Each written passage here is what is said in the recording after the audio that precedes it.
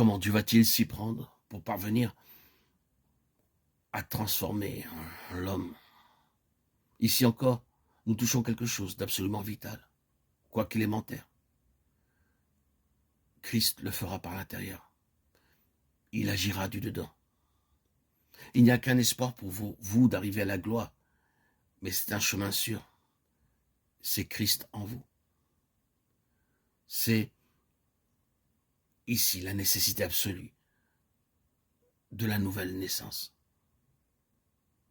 Qu'est-ce que la nouvelle naissance, somme toute?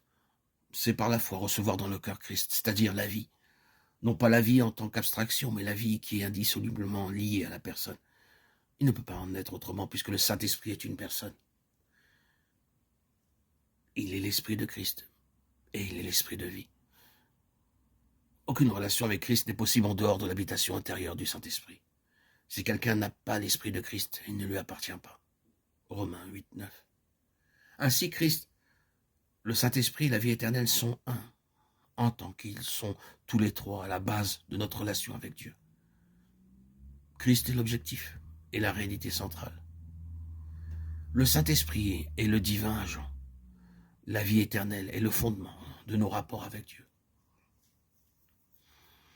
Quels que soient les termes que nous employons, nouvelle naissance, né de nouveau ou d'en haut, régénération, né de Dieu, la signification reste la même. Nous recevons en Christ, par le Saint-Esprit, la vie de celui qui est à la droite de Dieu. Le processus de conformation à son image reste lettre morte jusqu'au moment où cette vie est déposée en nous.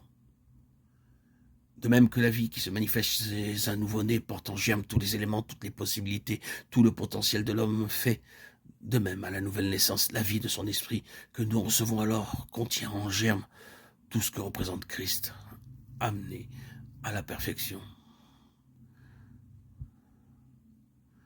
Cette vie-là n'existe par nature chez personne. C'est le don de Dieu à la nouvelle naissance, le fruit de la régénération par le Saint-Esprit. Et c'est autour de cette vie nouvelle et intérieure que gravitent tous les intérêts de Dieu. Donner à cette vie l'accroissement qu'elle comporte, en développer toutes les caractéristiques. Tel est le seul objectif que poursuit le Saint-Esprit chez l'enfant de Dieu. Mes petits-enfants, écrivait Paul en s'adressant à certains croyants pour qui j'éprouve de nouveau les douleurs de l'enfantement jusqu'à ce que Christ soit formé en vous. Christ formé au-dedans, telle est la nature de la croissance spirituelle. La nouvelle naissance est le point de départ. C'est ce qui donne au Saint-Esprit sa base d'opération. C'est par là qu'il faut commencer si l'on veut répondre à cette question. Quelle est la nature de l'union avec Christ?